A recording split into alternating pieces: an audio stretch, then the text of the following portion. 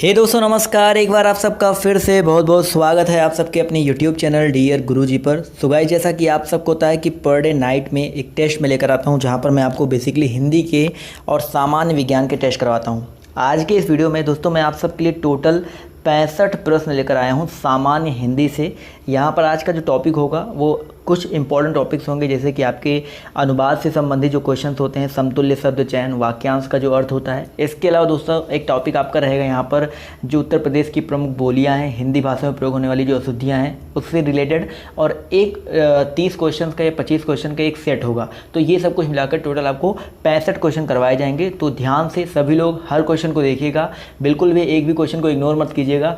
सारे के सारे क्वेश्चन जो है आपके लिए बहुत ही ज़्यादा इंपॉर्टेंट होने वाले हैं। तो स्टार्ट करते हैं आज के क्लास को। Junior assistant, UP lower PCS और जो यूपी के एग्जाम्स होते हैं उनके लिए बहुत ही ज़्यादा इंपॉर्टेंट होने वाला है। तो सभी लोग रेडी हैं? चलिए वीडियो को लाइक कर सकते हैं आप लोग। अगर आप लोग जुड़े हो तो प्लीज़ वीडियो को लाइक करो, पहुँचाओ, जितना ज़्यादा पहुँचा सकते हो उतना ज़्यादा दूर तक पहुँचाओ। सबको शेयर करो, ज़्यादा से ज़्यादा शेयर करो, जिससे ज़्यादा से ज़्यादा लोग जुड़ सके। यार कम से कम आप लोग ध्यान दो यार। लोग कुछ भी प्रोवाइड करवाते हैं, कोई भी चीज़ देते हैं, आप वहाँ पर हज़ार लोग पहुँचाए। तो आप यहाँ पर मैं आपको इतनी मेहनत से रोज़ बहुत अच्छे अच्छे क्वेश्चन दे रहा हूँ, तो आप लोग कम से कम 200-300 तो पहुँचा ही सकते हो। तो प्लीज़ इतना ज़्यादा शेयर करो कि 200-300 लोग तक यहाँ तक पहुँचे, हमारा जो वीडियो है उतने लोग लाइव टेस्ट दे सके। चलिए, मुझे पता है कि बहुत ज़्यादा हो गया लेक्चर, स्टार्ट करते हैं क्लास को। तो पहला क्वेश्चन आप सबके सामने ये रहा, मिथिलेश कुमारी बताइए किन्हें कहते हैं? मिथिलेश कुमारी किन्हें कहते हैं? पहला ऑप्शन क्वेश्चन है। तो जवाब देखिए यहाँ पर आना शुरू हो गया। तो बिल्कुल करेक्ट जवाब दोस्तों यहाँ पर सीता जी को कहा जाता है। मिथिलेश कुमारी मिथिला के राजा जनक की पुत्री अर्थात सीता जी को कहा जाता है। इसका और भी पर्यायवाची हम अगर बोले तो वैदेही कहते हैं इनको, जानकी कहते हैं, जनक सुता कहते हैं, भूमिजा रामप्रिया कहते हैं। ये सब नाम से हम लोग इनको जानते हैं। चलिए आते हैं अगले क्वेश्चन पर। तो अगला क्वेश्चन आपका यहाँ पर कह रहा है कि सख्य भाव मिश्रित अनुराग को कहा जाता है। बहुत ही इंपॉर्टेंट क्वेश्चन है, सख्य भाव मिश्रित अनुराग को कहा जाता है। चलिए जवाब देखिए यहाँ पर आना शुरू हो गया है। तो याद रखिएगा दोस्तों, सख्य भाव मिश्रित अनुराग को क्या कहा जाता है? यहाँ पर प्रणय कहा जाता है। तो ऑप्शन नंबर जिसका ए है प्रणय, वो यहाँ पर बिल्कुल करेक्ट हो जाएगा। तो जितने भी साथी यहाँ पर ऑप्शन नंबर ए बोल रहे हैं वो लोग यहाँ पर बिल्कुल करेक्ट हैं। जी हाँ, इसका पीडीएफ देखिए, अभी तक मैंने 2-3 पीडीएफ पेंडिंग हो गए हैं, बट अभी करंट अफेयर और पीडीएफ मैंने आपको दे दिया है। अब जो भी पीडीएफ मैं आपको दे दूंगा तो बस आपको करना क्या है, वेबसाइट पर और हमारे टेलीग्राम पर आपको फॉलो करते रहना है। एक साथ वेबसाइट मैं आपको जो पीडीएफ है दे दूंगा, उसकी टेंशन मत लीजिए। चलिए इसका जवाब देखिए, यहाँ पर सभी लोगों ने दे दिया था। भैया क्या कहा जाता है सख्य भाव मिश्रित अनुराग को? जवाब तो दे ही दिया था प्रणय। आते हैं अगले क्वेश्चन पर। तो अगला क्वेश्चन आपका यहाँ पर कह रहा है, आभ्यंतर का सही अर्थ क्या है? सभी लोग जवाब दीजिए, आभ्यंतर का सही अर्थ क्या है? चलिए, बहुत ही अच्छा प्यारा क्वेश्चन है और जवाब देखिए यहाँ पर आना शुरू हो गया है। तो याद रखिएगा दोस्तों, आभ्यंतर का जो सही अर्थ है वो आपका किसी वस्तु के भीतरी भाग, यानी कि किसी वस्तु का जो भीतरी भाग होता है वो आपका आभ्यंतर कहलाता है। तो जितने भी लोग यहाँ पर ऑप्शन नंबर डी बोल रहे हैं वो लोग यहाँ पर बिल्कुल करेक्ट हैं। जी हाँ सर, बिल्कुल सही बात है। ऑप्शन नंबर जो इसका डी है वो यहाँ पर बिल्कुल करेक्ट हो जाएगा, किसी वस्तु का भीतरी भाग। आते हैं क्वेश्चन नंबर 4 की तरफ। तो आपसे कह रहा है अध्याहार का अर्थ क्या है? क्वेश्चन नंबर 4 आपसे कह रहा है अध्याहार, इसका अर्थ क्या है? चलिए देखते हैं कौन कौन जवाब दे रहा है यहाँ पर। तो चलिए जवाब देखिए आना शुरू हो गया है। तो अगर हम बात करते हैं अध्याहार के बारे में, तो अध्याहार का अर्थ होता है वाक्य में कर्ता और कर्म का जुड़ जाना। याद रखिएगा, बहुत इंपॉर्टेंट है, वाक्य में कर्ता और कर्म का जुड़ जाना, ये आपका क्या कहलाता है? अध्याहार कहलाता है। तो यहाँ पर ऑप्शन नंबर जो इसका सी है वो यहाँ पर बिल्कुल करेक्ट हो जाएगा। क्लियर है सर? जी हाँ, बिल्कुल मज़ा आ रहा है, अच्छा लग रहा है। तो यार वीडियो को लाइक करते हुए चलो। और स्पेशली अगर आप हिंदी के लिए अगर आपके मेरे चैनल से जुड़ना चाहते हैं तो सेकंड चैनल को सब्सक्राइब कर लो। वहाँ पर हिंदी, करंट अफेयर, बहुत सारी चीज़ें मैं आपको हर एग्जाम्स के लिए प्रोवाइड करवा रहा हूँ। आपके स्पेशली यूपी के जो एग्जाम्स होते हैं उनके लिए दे रहा हूँ। तो नीचे लिंक दिया गया सेकंड चैनल का, वहाँ पर आप जुड़ सकते हैं। बहुत ही इंपॉर्टेंट चीज़ें वहाँ पर आपको देखने को मिलेंगी। चलिए आते हैं अगले क्वेश्चन पर। क्वेश्चन नंबर आपका 5 कह रहा है यहाँ पर, कीर शब्द का अर्थ क्या है? चलिए बताइए सर, कीर शब्द का अर्थ क्या है? क्वेश्चन नंबर 5 आपसे कह रहा है और जवाब देखिए यहाँ पर आना शुरू हो गया है। तो अगर हम बात करते हैं कीर शब्द के बारे में, तो दोस्तों कीर शब्द का अर्थ देखिए, सी जवाब आ रहा है। कुछ लोग अलग जवाब दे रहे हैं, बट याद रखिएगा कीर का मतलब होता है तोता। कीर शब्द का अर्थ क्या होता है? तोता। या कीर के और भी अन्य अर्थ होते हैं, कश्मीर राज्य, कश्मीर का निवासी, ये भी होता है कीर का मतलब। तो कभी मान लीजिए तोता नहीं आता है, वो आता है, तो आप वो जवाब दे सकते हैं। तो ऑप्शन सी यहाँ पर बिल्कुल करेक्ट हो जाएगा। चलिए आते हैं क्वेश्चन नंबर 6 की तरफ। तो क्वेश्चन नंबर 6 आपसे कह रहा है शकल, शकल का अर्थ क्या है? चलिए क्वेश्चन नंबर 6 का सभी लोग जवाब दीजिए, शकल का अर्थ क्या है? चलिए क्वेश्चन नंबर 6 का जवाब देखिए आना शुरू हो गया है। संपूर्ण कुछ लोग बोल रहे हैं, कुछ लोग टुकड़ा बोल रहे हैं। देखिए एक शकल होता है, जो आपका ये वाला शकल होता है इसका मतलब होता है संपूर्ण, लेकिन जो ये वाला शकल होता है इसका मतलब होता है टुकड़ा। तो जो लोग यहाँ पर बी बोल रहे हैं वो लोग यहाँ पर करेक्ट हैं, तो बी वाले यहाँ पर सिर्फ करेक्ट हैं, ये चीज़ ध्यान दीजिएगा। क्लियर है सर, बहुत ही इंपॉर्टेंट क्वेश्चन है, ध्यान से हर क्वेश्चन को देखते हुए चलिएगा। चलिए आते हैं अगले क्वेश्चन पर। तो अगला क्वेश्चन आपका यहाँ पर कह रहा है आश्रित का अर्थ क्या है, बताइए सर, आश्रित का अर्थ क्या है। चलिए क्वेश्चन नंबर 7 का जवाब दीजिए सभी लोग। 7 का जवाब देखिए यहाँ पर आना शुरू हो गया। तो याद रखिएगा आश्रित जो है इसका मतलब होता है खाया हुआ। याद रखिएगा, जितने लोग यहाँ पर बोल रहे हैं आश्रित मतलब खाया, देखिए ये बड़ा सा है तो यहाँ पर इसका खाया हुआ हो जाएगा। लेकिन यही मान लीजिए आपका आश्रित कुछ इस तरह से लिखा होता, मान लीजिए आपका ये वाला आश्रित लिखा होता तो इसका मतलब होता है काला। क्लियर है, तो आश्रित मतलब खाया हुआ, आश्रित मतलब काला, तो दोनों में अंतर ध्यान दीजिएगा, बहुत ही इंपॉर्टेंट चीज़ें हैं। क्लियर है सर, मज़ा आ रहा है। वीडियो को लाइक करते हुए चलो शेयर करो यार, कम से कम पहुंचा दो, 100-200 लोग तक कम से कम पहुंचा ही दो, इतना तो आप लोग कर ही सकते हो। क्लियर है, चलिए आते हैं क्वेश्चन नंबर 9 की तरफ। तो क्वेश्चन नंबर 8 की तरफ। तो यहाँ पर कह रहा है बेमेल शब्द का चयन कीजिए। बेमेल शब्द का चयन करना भाई, आभूषण, अलंकार, जेवर और नागर, इनमें आपको बताना है कौन सा अलग है। तो चलिए जवाब देखिए यहाँ पर आना शुरू हो गया है। तो अगर हम बात करते हैं यहाँ पर ऑप्शन डी के बारे में, जो भी लोग यहाँ पर ऑप्शन नंबर डी बोल रहे हैं नागर, वो यहाँ पर बेमेल हो जाएगा। क्यों सर, क्योंकि यहाँ पर बेमेल क्योंकि आभूषण, अलंकार, जेवर ये आपके समानार्थी है, लेकिन नागर जो है आपका बिल्कुल अलग है, तो इसलिए ऑप्शन नंबर जो इसका डी है वो करेक्ट हो जाएगा। चलिए दोस्तों आते हैं क्वेश्चन नंबर 9 की तरफ। तो क्वेश्चन नंबर 9 आपसे कह रहा है कि वलय शब्द का अर्थ चिन्हित कीजिए। बताइए सर, वलय शब्द का अर्थ चिन्हित करना है आप सभी को। चलिए वलय का मतलब सबको पता है, बिल्कुल सही जवाब आ रहा है। कुछ लोग वृक्ष की छाल सोच रहे हैं, बट नहीं सर, वृक्ष की छाल नहीं होता है। वलय का मतलब होता है कुल मिलाकर के गोलाकार घेरा। तो जो लोग यहाँ पर ऑप्शन नंबर बी बोल रहे हैं वो लोग यहाँ पर बिल्कुल करेक्ट हैं, तो ऑप्शन बी यहाँ पर बिल्कुल करेक्ट हो जाएगा। चलिए सर आते हैं क्वेश्चन नंबर 10 पर। तो क्वेश्चन नंबर 10 कह रहा है अतः शब्द का समानार्थी शब्द पहचानिए। बताइए सर, अतः शब्द का समानार्थी शब्द क्या होगा। क्वेश्चन नंबर 10 का जवाब दीजिए सभी लोग। 10 का जवाब देखिए यहाँ पर आना शुरू हो गया। जी हाँ बिल्कुल, आवाज़ तो क्लियर आ रही है आई होप।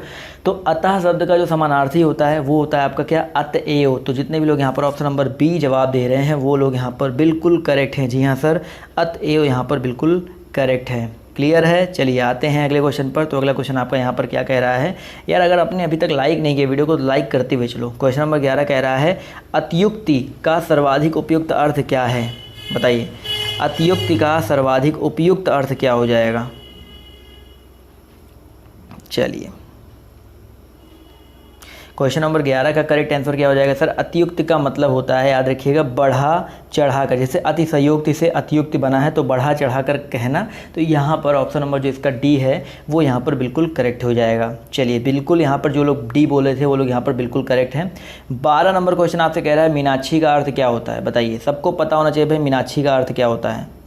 चलिए जवाब देते हैं 12 का कौन कौन दे रहा है यहाँ पर। चलिए 12 का करेक्ट आंसर क्या हो जाएगा सर, 12 का आंसर आना शुरू हो गया। तो बिल्कुल सही बात है भाई, मीनाक्षी का अर्थ होता है जिसकी आंखें मछली के आँख जैसी हो, यानी कि मछली की आँख तरह गोल आँखों वाली। तो ऑप्शन नंबर जो इसका बी है वो यहाँ पर बिल्कुल करेक्ट हो जाएगा।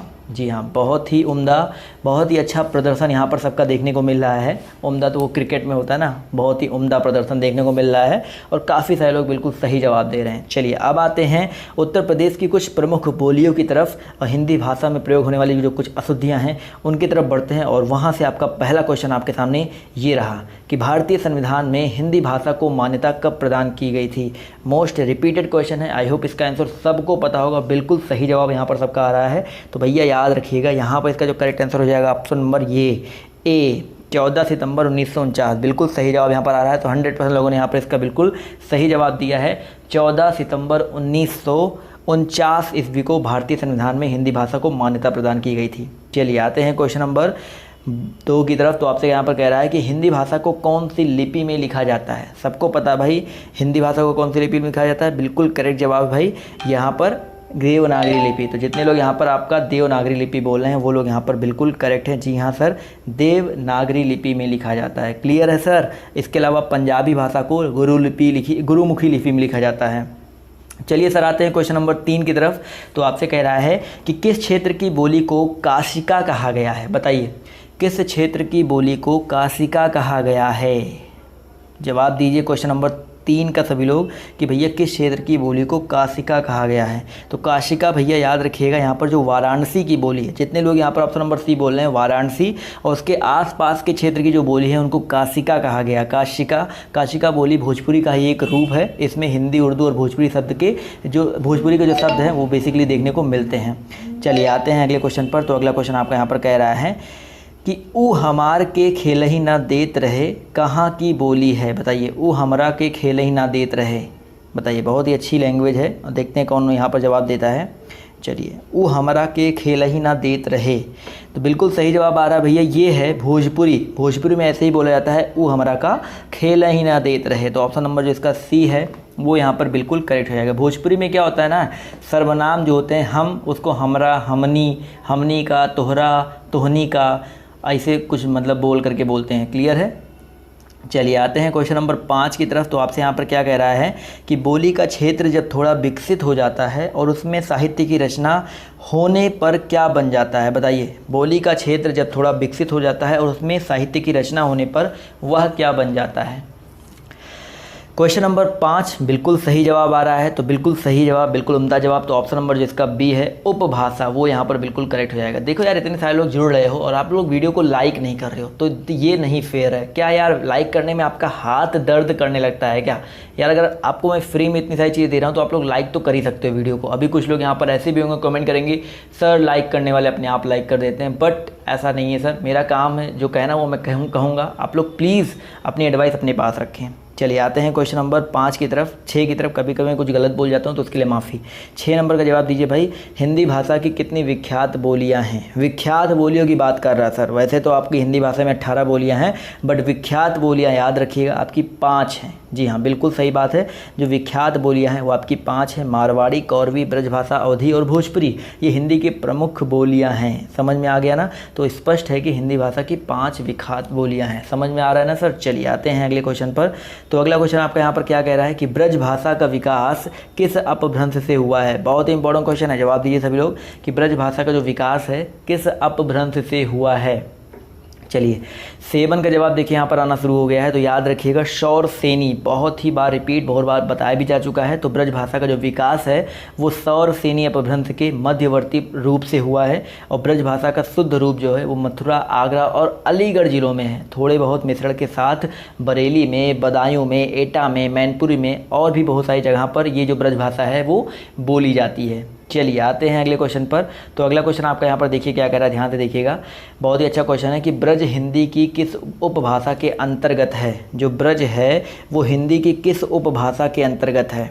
बहुत ही अच्छा क्वेश्चन है। आई होप सबको आंसर पता होगा। तो बिल्कुल सही जवाब देखिए यहाँ पर आना शुरू भी हो गया है। तो ब्रज जो है बेसिकली आपकी पश्चिमी हिंदी की, बिल्कुल सही जवाब है सर। ब्रज जो है पश्चिमी हिंदी में शामिल उपभाषा में से एक है। ब्रज हो गया सर, इसके अलावा कन्नौजी हो गया, बुंदेली हो गया, खड़ी बोली हो गया, राजस्थानी हो गया, ये सारे के सारे आपकी पश्चिमी हिंदी के अंतर्गत आती है। पूर्वी हिंदी में आपकी अवधी आ जाती है, बघेली को मान सकते हैं, छत्तीसगढ़ी को मान सकते हैं, ये आपकी पूर्वी हिंदी के अंतर्गत आते हैं। क्लियर है सर? चलिए आते हैं क्वेश्चन नंबर 9 की तरफ। तो क्वेश्चन नंबर 9 आपसे यहाँ पर क्या कह रहा है कि संविधान के किस अनुच्छेद में हिंदी को राजभाषा तथा इसकी लिपि देवनागरी को स्वीकार किया गया है। बताइए, संविधान के किस अनुच्छेद में हिंदी को राजभाषा तथा इसकी लिपि देवनागरी को स्वीकार किया गया है। क्वेश्चन नंबर 9 का जवाब देखिए यहाँ पर आना शुरू हो गया है। तो याद रखिएगा यहाँ पर करेक्ट आंसर जो हो जाएगा आपका 343, जो आपका अनुच्छेद नंबर 343 है। जी हाँ, बिल्कुल सही जवाब है। इस अनुच्छेद में हिंदी को राजभाषा तथा इसकी लिपि देवनागरी को स्वीकार किया गया है। और 343 का जो पहला भाग है उसके अकॉर्डिंग संघ की राजभाषा हिंदी और लिपि देवनागरी होगी। चलिए सर आते हैं अगले क्वेश्चन की ओर। तो अगला क्वेश्चन आपका यहाँ पर क्या कह रहा है, ध्यान से देखिए। बहुत ही अच्छा क्वेश्चन है। कह रहा है कि भारतीय संविधान में किस भाषा को राजभाषा के रूप में स्वीकारा गया है। तो इसको स्किप करेंगे क्योंकि सबको पता है हिंदी भाषा को, तो इसको स्किप कर देते हैं, ज़्यादा इस पर समय वेस्ट नहीं करते हैं। आते हैं क्वेश्चन नंबर 11 पर। तो आपसे कह रहा है कि मथुरा और वृंदावन में प्रमुखता कौन सी बोली जाती है। बताइए, मथुरा और वृंदावन में प्रमुखता कौन सी भाषा बोली जाती है। चलिए 11 का जवाब देखिए यहाँ पर आना शुरू हो गया है। तो याद रखिएगा यहाँ पर जो ब्रज भाषा है वो बेसिकली बोली जाती है। तो ऑप्शन नंबर जो इसका बी है वो यहाँ पर बिल्कुल करेक्ट हो जाएगा। ब्रज भाषा का विकास जो है सौर सेनी अपभ्रंश से हुआ है और यह मथुरा, वृंदावन, आगरा, अलीगढ़ आदि जिलों में बोली जाती है। इसके अलावा दोस्तों इस भाषा के प्रसिद्ध कवि कौन है, कोई बताना चाहेगा? जी हाँ, ब्रज भाषा के प्रसिद्ध कवि बहुत सारे लोग हैं। सूरदास जी हैं, रसखान जी हैं। जी हाँ, जवाब देखिए आना शुरू हो गया। बिहारी जी भी, हाँ बिल्कुल सही है। चलिए आते हैं क्वेश्चन नंबर 12 की ओर। तो 12 नंबर क्वेश्चन कह रहा है कि उत्तर प्रदेश में कौन सी भाषा नहीं बोली जाती है? बताइए सर, उत्तर प्रदेश में कौन सी भाषा नहीं बोली जाती है? 12 का जवाब दीजिए सभी लोग। तो 12 का जवाब देखिए यहाँ पर आना शुरू हो गया है। तो बिल्कुल सही सर है। उत्तर प्रदेश में अगर हम बात करते हैं तो आपकी जो पहाड़ी लैंग्वेज है, जो पहाड़न वाली लैंग्वेज होती है, वो नहीं बोली जाती है। तो ऑप्शन जो इसका डी है वो यहाँ पर बिल्कुल करेक्ट हो जाएगा। क्लियर है सर? यार अगर आपको मज़ा आ रहा है, अगर आपको टेस्ट देने में अच्छा लग रहा है, आपको लगता है कि ये इंपॉर्टेंट है, आपको भी लगता है कि इंपॉर्टेंट हो सकता है आपके एग्जाम के लिए, तो प्लीज़ चैनल को एक बार लाइक और शेयर करना या वीडियो को सब्सक्राइब करना मत भूलिएगा। समझ में आ रहा है ना? चलिए आते हैं क्वेश्चन नंबर 13 पर। तो 13 कह रहा है यहाँ पर कि इनमें से कौन सी बोली उत्तर प्रदेश की नहीं है। उसी तरह का क्वेश्चन है बट ऑप्शंस अलग अलग हैं। देखिए जब आप यहाँ पर क्वेश्चन देखते ही आना शुरू हो गया तो बिल्कुल सही बात है, लेकिन यहाँ पर जो नहीं है उसका ये भी बताइए कि क्यों नहीं है। चलिए कहाँ की है वो? तो बिल्कुल सही जवाब आ रहा है ऑप्शन नंबर ए, मेवाती। कुछ लोग यहाँ पर बोल रहे हैं ऑप्शन नंबर ए, बिल्कुल सही बात है। मेवाती जो बोली है दोस्तों वो आपकी उत्तर प्रदेश की नहीं है, बल्कि ये कहाँ की है?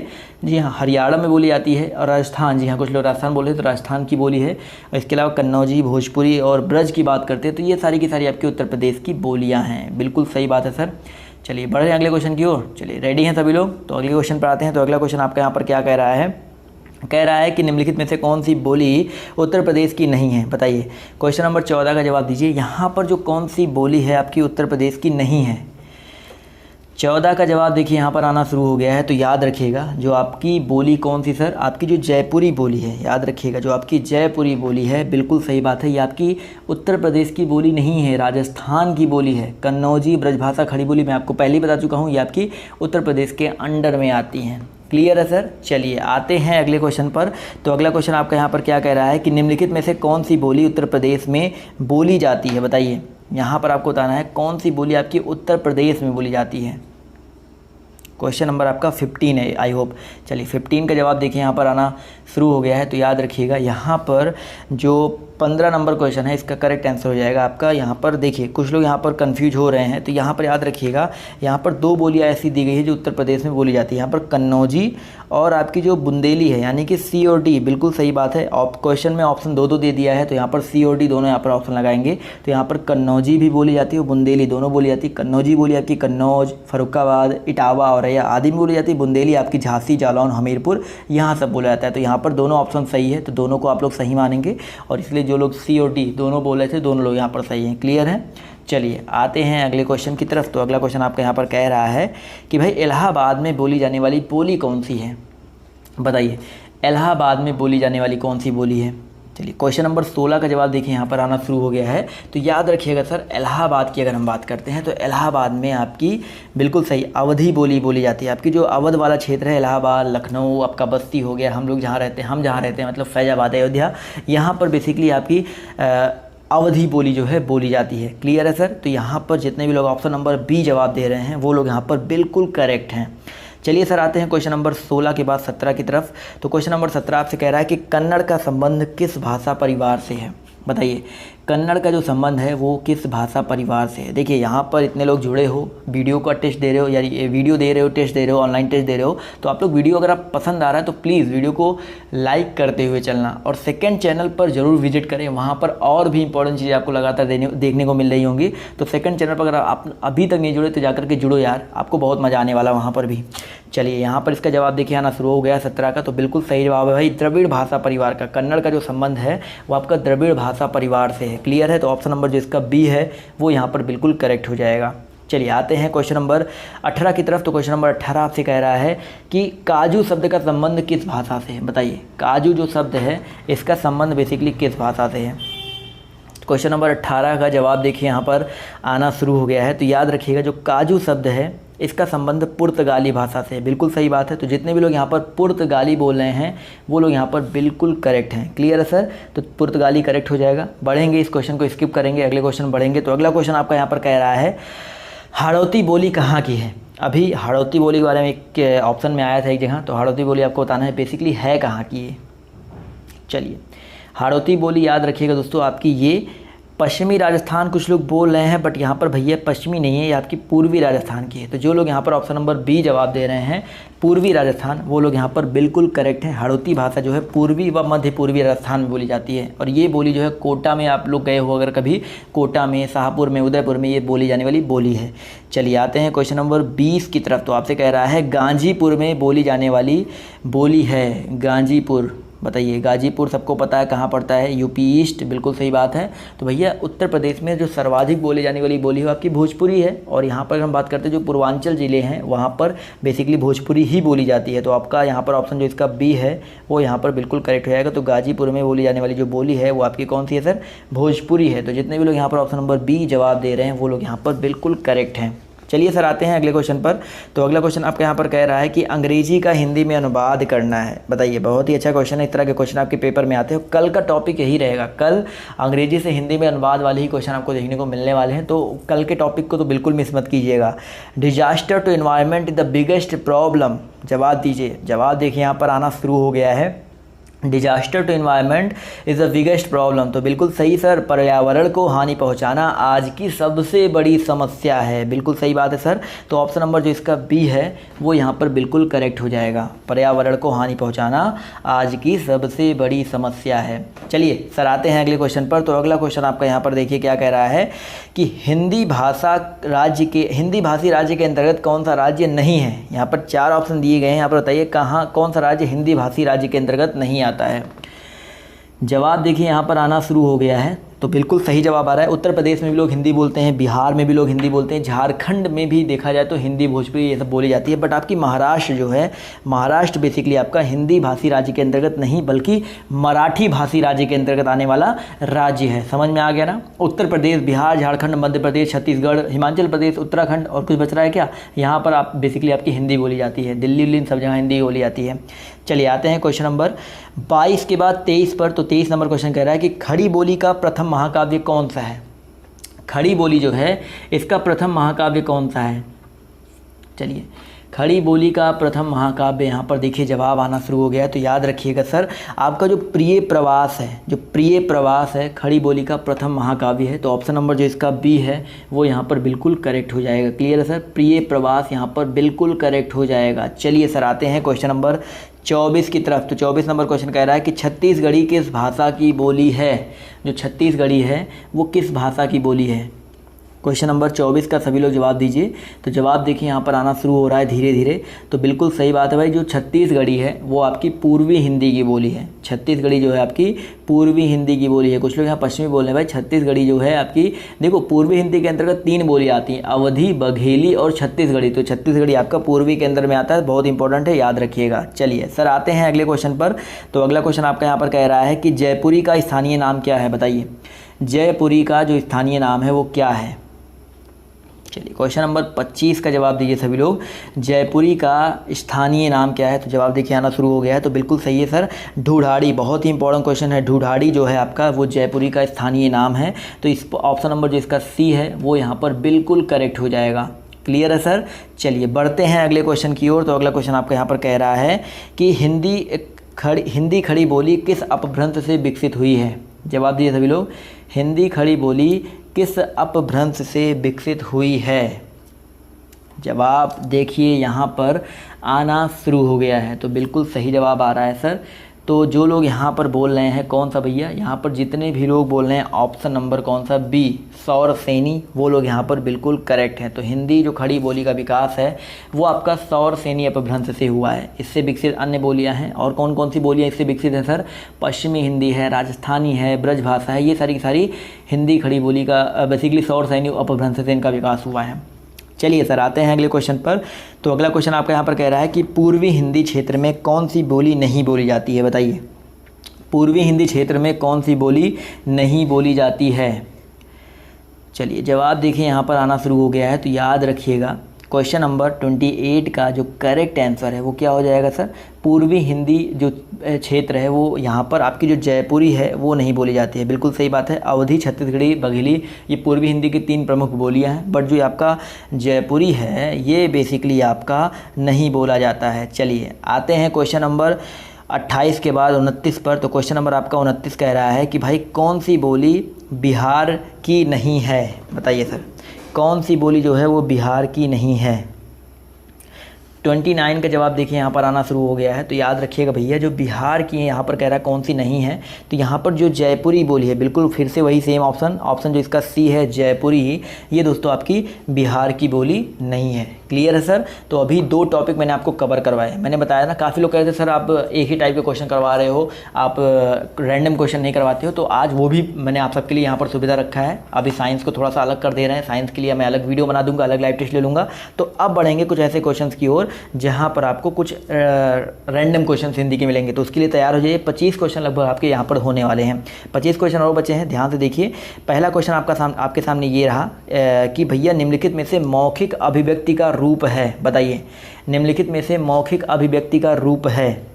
जवाब देखिए, यहाँ पर जवाब दीजिए। तो याद रखिएगा, बिल्कुल सही जवाब जो लोग यहाँ पर ऑप्शन नंबर डी बोल रहे हैं वो करेक्ट है भैया। जो आपका आशुभाषण है, आशुभाषण जो है वो मौखिक अभिव्यक्ति का एक रूप है। आशुभाषण का मतलब क्या होता है, जैसे क्या होता है ना कि जैसे आप भाषण देने जा रहे हो और भाषण के ठीक पहले आपको सब्जेक्ट यानी कि विषय बताया जाए, वो आपका आशुभाषण कहलाता है। यानी कि भाषण के जस्ट पहले, स्पीच के सब जस्ट पहले। समझ में आ रहा है ना। चलिए आते हैं अगले क्वेश्चन पर। तो अगला क्वेश्चन आपका यहाँ पर देखिए क्या कह रहा है। कह रहा है कि हिंदी भाषा में कितनी बोलियां हैं, बताइए सर। हिंदी भाषा में पूछ रहा है कितनी बोलियां हैं। अभी मैंने आपको एक क्वेश्चन में हिंट दिया था, तो प्रमुख रूप से तो आपकी 5 बोलियां हैं, लेकिन यहाँ पर टोटल बोलियां कितनी हैं, बिल्कुल सही जवाब आ रहा है 18 बोलियां। याद रखिएगा, हिंदी भाषा में कुल 18 बोलियां हैं, जिनको 5 उपभाषा में विभक्त किया गया है। पूर्वी हिंदी, पश्चिमी हिंदी, राजस्थानी हिंदी और पहाड़ी हिंदी, और इसके अलावा और कौन सा, बिहारी हिंदी। तो ये टोटल 5 उपभाषा में बदला गया है। क्लियर है, विभक्त किया गया है। चलिए सर आते हैं क्वेश्चन नंबर 3 की तरफ। सभी लोग जवाब दीजिए कि भैया भारतेंदु युग में निकलने वाली पत्रिका युग्म कौन सी है। भारतेंदु युग में निकलने वाली जो पत्रिका युग्म है वो कौन सी है, जो ऐसी कौन सी पत्रिका युग्म है जो आपका भारतेंदु युग में निकलता था। चलिए जवाब देखिए, यहाँ पर आना शुरू हो गया है। तो जी हाँ, करवा चुका हूँ पहले, कोई बात नहीं, आपका रिपीट ही होगा। तो याद रखिएगा ऑप्शन नंबर जिसका ए है कवि वचन सुधा और हिंदी प्रदीप। ये जो पत्रिका युग्म है वो भारतेंदु युग में प्रकाशित पत्रिका युग्म है। और कवि वचन सुधा का जो प्रकाशन है वो 1968 में हुआ था काशी से, भारतेंदु हरिश्चंद्र जी ने किया था, और ये एक मासिक पत्रिका थी। इसके अलावा जो हिंदी प्रदीप है इसका जो प्रकाशन है 1877 में प्रयाग से बालकृष्ण भट्ट जी ने किया था। क्लियर है सर। चलिए आते हैं अगले क्वेश्चन पर। तो अगला क्वेश्चन ध्यान से देखिए क्या कह रहा है कि तद्भव पत्रिका के संपादक का नाम क्या है, बताइए। बहुत ही अच्छा क्वेश्चन है। तद्भव पत्रिका, इसके इस संपादक के नाम बताइए। 4 का आंसर देखिए यहाँ पर आना शुरू हो गया। तो बिल्कुल सही बात है, जो तद्भव पत्रिका है इसके संपादक कौन है, अखिलेश जी हैं। तो यहाँ पर जो ऑप्शन नंबर डी है वो यहाँ पर बिल्कुल करेक्ट हो जाएगा। ये जो है लखनऊ से प्रकाशित होने वाली पत्रिका थी, और यह एक मासिक पत्रिका है जो मूलतः आधुनिक रचनाशीलता पर आधारित है। क्लियर है, बहुत ही इंपॉर्टेंट क्वेश्चन है। आते हैं क्वेश्चन नंबर 5 की तरफ। क्वेश्चन नंबर 5 आपसे यहाँ पर देखिए, आपके जो और भी छात्र हैं ना, यूपी टेट वाले छात्र हैं, सी टेट वाले छात्र हैं, या अदर एग्जाम की जो तैयारी करने वाले छात्र, जहाँ पर हिंदी पूछी जाती है, चाहे MP की हिंदी हो चाहे राजस्थान की हिंदी हो, सब इसी तरह की आती है। तो सब लोग जोड़ो यार, सबको आप लोग शेयर करो। ये हिंदी का टेस्ट आप सबके लिए बहुत ज़्यादा इंपॉर्टेंट होने वाला है। तो 5 का जवाब दीजिए सब लोग, और UPSI के लिए भी स्पेशली मैं कह रहा हूँ। तो 5 का जवाब देखिए यहाँ पर आना शुरू हो गया है। तो याद रखिएगा जगनिक, जो आपके जगनिक है, ऑप्शन नंबर जो इसका डी है, 12 बरस लो कुकर जीवे, ये आपके जगनिक जो हैं इनकी ये रचना है, ये इनकी पंक्ति की रचना है। परमाल रासो, इनकी एक कृति थी परमाल रासो, जिसको आलाखंड बोलते हैं, वहाँ से लिया गया है। चलिए आते हैं क्वेश्चन नंबर 6 की तरफ। तो क्वेश्चन नंबर आपका 6 कह रहा है कि निम्नलिखित में से भैया किस देश में हिंदी भाषा का प्रयोग लिखने और बोलने में किया जाता है। चलिए सर, क्वेश्चन नंबर 6 का जवाब दीजिए भैया। निम्नलिखित में से किस देश में हिंदी भाषा का प्रयोग लिखने व बोलने में किया जाता है। बिल्कुल सही जवाब आ रहा है मॉरिशस। तो ऑप्शन नंबर जो इसका डी है मॉरिशस, वो यहाँ पर बिल्कुल करेक्ट हो जाएगा। जी हाँ, बिल्कुल सही जवाब है। आते हैं क्वेश्चन नंबर 7 की तरफ। तो क्वेश्चन नंबर 7 का सभी लोग जवाब दीजिए सर कि सूरसागर जो भाषा है, वो सूरसागर जो है वो किस भाषा की रचना है। सूरसागर एक रचना है, वो किस भाषा की रचना है। 7 का जवाब देखिए यहाँ पर आना शुरू हो गया है। तो बिल्कुल सही जवाब देखिए आ रहा है। तो सूरसागर की अगर हम बात करें दोस्तों, तो बिल्कुल सही बात है, ब्रज भाषा की रचना है। तो जितने भी लोग यहाँ पर ऑप्शन नंबर सी बोल रहे हैं ब्रज भाषा, वो लोग यहाँ पर बिल्कुल करेक्ट हैं। क्लियर है सर। सूरदास जी के एक पंक्ति है, कृष्ण भक्ति की एक उन्होंने काव्य लिखा था, वहाँ से लिया गया है। कृष्ण भक्ति को लेकर के कृष्ण जी की वहाँ पर लीलाओं का वर्णन किया है। क्लियर है। चलिए आते हैं अगले क्वेश्चन पर। तो अगला क्वेश्चन आपका यहाँ पर क्या कह रहा है, कह रहा है क्वेश्चन कि वीरों का कैसा हो वसंत, ये कविता किसने लिखी है बताइए। वीरों का कैसा हो वसंत, ये कविता जो है किसने लिखी है? जी हाँ, कुछ लोग बोल रहे हैं हैप्पी टीचर्स डे, मैंने ध्यान नहीं दिया। तो भैया सबको दिल से बधाई, और आप सब भी एक टीचर हो, आप सब से भी बहुत कुछ सीखने को मिलता है यार। ये ज़िंदगी ना, ज़िंदगी सबसे बड़ा जो अध्यापक है वो ज़िंदगी है। ज़िंदगी हमको बहुत कुछ सिखाती है, समझ में आ रहा ना? तो सबसे पहले तो आप जो ये लाइफ हमको मिली है इसको आप बोलो हैप्पी टीचर्स डे। क्लियर है? चलिए क्वेश्चन नंबर 8 का जवाब देखिए, यहाँ पर आना शुरू हो गया है। तो यहाँ पर जो इसका करेक्ट आंसर हो जाएगा सुभद्रा कुमारी चौहान। तो वीरों का कैसा हो बसंत, ये कविता सुभद्रा कुमारी चौहान ने लिखा। यार मज़ा आ रहा है तो आप प्लीज़ वीडियो को लाइक करो, जिससे हमारा भी दिल गार्डन गार्डन हो जाए। जी हाँ, समझ, दिल बाग बाग कर दो मेरा भी, आप लोग वीडियो को लाइक करके और ज़्यादा से ज़्यादा शेयर करके। समझ में आ रहा है ना? चलिए क्वेश्चन नंबर 9 कह रहा है आपसे यहाँ पर कि निम्नलिखित में से कौन सी व्याकरण और वर्तनी से शुद्ध भाषा कहलाती है? जवाब दो यार, जल्दी जल्दी जवाब दो कि यहाँ पर व्याकरण और वर्तनी से शुद्ध भाषा कहलाती है। जवाब देखिए यहाँ पर आना शुरू हो गया है। तो मानक भाषा बिल्कुल सही जवाब है, मानक भाषा। यहाँ पर ऑप्शन जो इसका डी है वो यहाँ पर बिल्कुल करेक्ट हो जाएगा। जो मानक भाषा है वो जवाब जो व्याकरण और वर्तनी से शुद्ध भाषा कहलाती है। आते हैं अगले क्वेश्चन पर। तो अगला क्वेश्चन आपका यहाँ पर कह रहा है निम्नलिखित में से कौन सा रासो आल्हा खंड के नाम से प्रसिद्ध है? देखिए ये मैंने आपको अभी एक क्वेश्चन में हिंट दिया था। कौन सा रासो सर? बिल्कुल सही जवाब आ रहा है परमाल रासो। किसके द्वारा कृत है?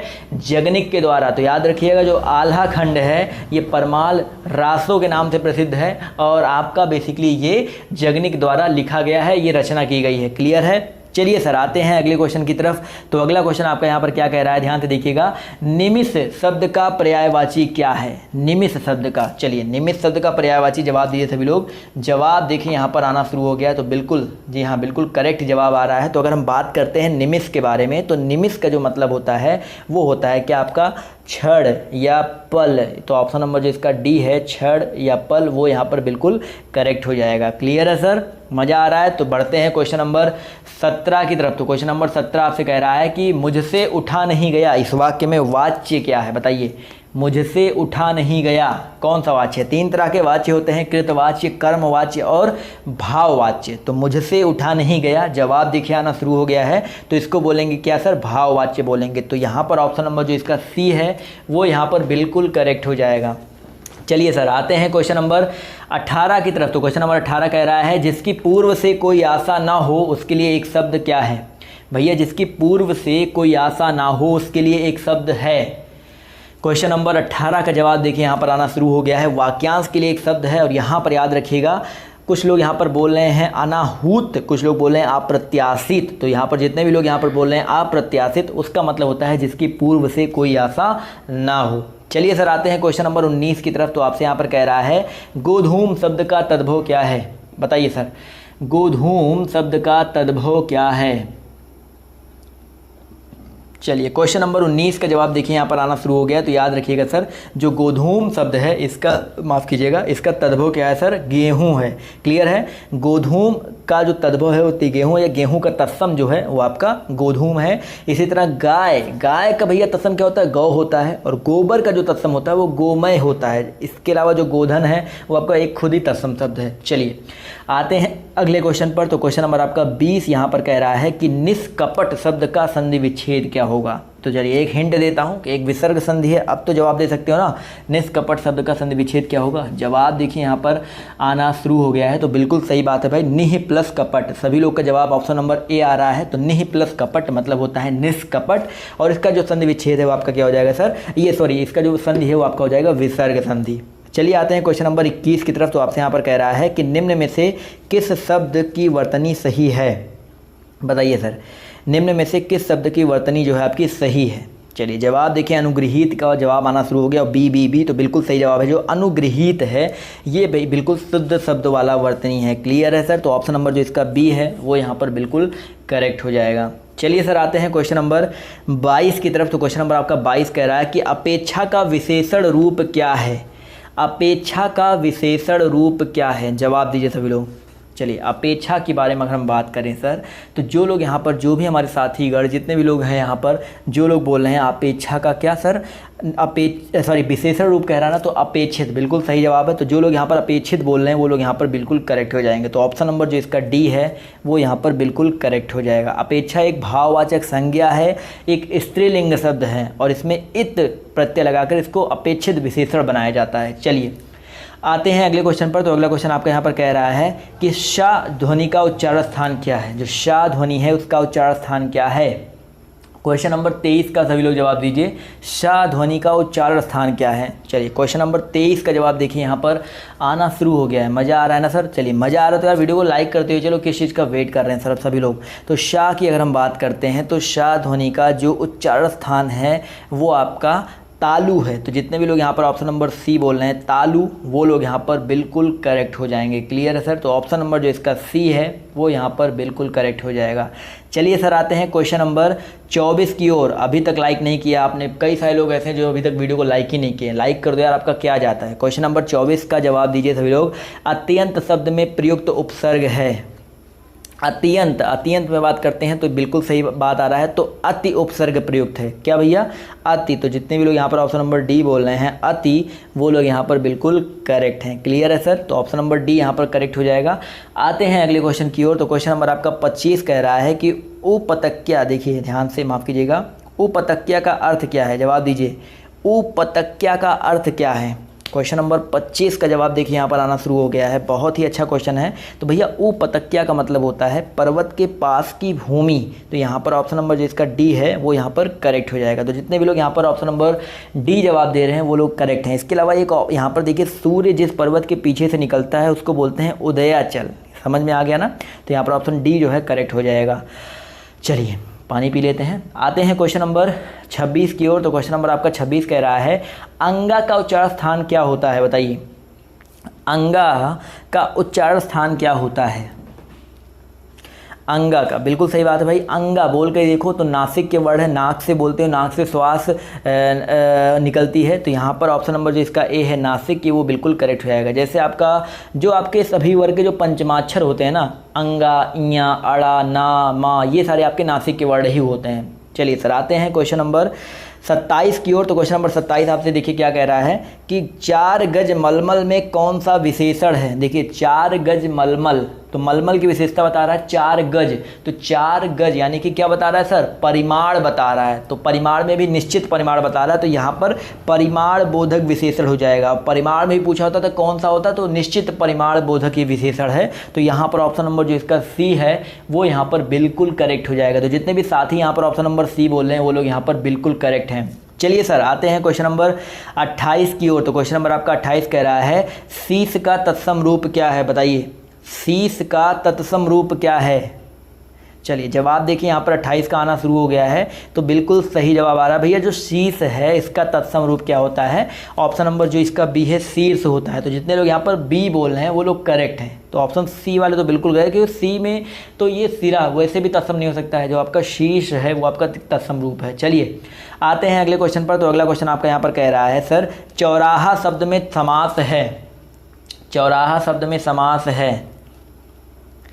29 का जवाब देखिए यहाँ पर आना शुरू हो गया है। माफ़ कीजिएगा, 29 में क्या हो जाएगा सर, चौराहा। चौराहा शब्द की अगर हम बात करते हो तो यहाँ पर द्विग समास है। तो द्विग समास ऑप्शन नंबर जो इसका सी है वो यहाँ पर बिल्कुल करेक्ट हो जाएगा। तो जितने भी साथी, जितने भी दोस्त हमारे यहाँ पर द्विग समास बोल रहे हैं वो लोग यहाँ पर बिल्कुल करेक्ट हैं। तो चौराहा शब्द में क्या समास हो जाएगा सर, द्विग समास हो जाएगा। द्विग समास में पहला पद आपका संख्यावाची विशेषण होता है। चलिए आते हैं क्वेश्चन नंबर 30 पर। तो क्वेश्चन नंबर 30 आपसे यहाँ पर क्या कह रहा है कि आँख की किरकिरी होना इसका अर्थ क्या है। बताइए, आँख की किरकिरी होना इसका अर्थ क्या है। चलिए क्वेश्चन नंबर 30 का जवाब देखिए यहाँ पर आना शुरू हो गया है। तो आँख की किरकिरी होना इसका मतलब होता है अप्रिय लगना। तो जितने भी साथी, जितने भी दोस्त यहाँ पर ऑप्शन नंबर ए जवाब दे रहे हैं वो लोग यहाँ पर बिल्कुल करेक्ट हैं। तो दोस्तों आज का आपको ये जो टेस्ट है कैसा लगा, अच्छा लगा हो तो प्लीज़ अभी तक अगर आपने लाइक नहीं किया तो लाइक कर दीजिएगा। और प्लीज़ जितने भी लोग हैं शेयर करो, चैनल को सपोर्ट करो। यार इतना ज़्यादा मेहनत कर रहा हूँ, आप लोग फिर भी सपोर्ट नहीं करते हो। मुश्किल से हर वीडियो पे 2000, 3000, 5000 ऐसे व्यूज़ आते हैं। तो आप लोग क्या कर रहे हो, आप लोग सपोर्ट करो। इतने कम बंदे तो है नहीं UP SSC में। आप लोग जितने भी ग्रुप है, जितनी भी चीज़ें हैं, सब जगह जाकर के शेयर करो। सेकंड चैनल है, वहाँ पर भी इसी तरह की आपकी चीज़ें मैं आपको प्रोवाइड कराता हूँ। एक चैनल पर ज़्यादा नोटिफिकेशन नहीं जा पाता, इसलिए सेकंड चैनल मैंने बनाया है। तो यार सेकंड चैनल को भी सपोर्ट करो। नीचे लिंक दिया गया है, वहाँ पर आपको हर चीज़ें देखने को मिल रही है। तो प्लीज़ सेकंड चैनल को भी सब्सक्राइब करो, इस चैनल को भी करो। और जितने भी लोग हैं प्लीज़ ज़्यादा से ज़्यादा शेयर करो। बस इतना ही कहना चाहूँगा, इतनी ही आप सबसे रिक्वेस्ट है। कभी भी कोई पेड क्लास आज तक नहीं चलाया है, कभी भी कुछ मैंने नहीं बताया। समझ में आ रहा ना। चलिए तो बाय यार, बस आज की इस वीडियो में तो इतना ही। अभी के लिए बाय, टेक केयर, जय हिंद, जय भारत, गुड नाइट सभी को। अभी के लिए अब मिलते हैं आप सबसे कल के वीडियो में। समझ में आ गया ना सर? चलिए।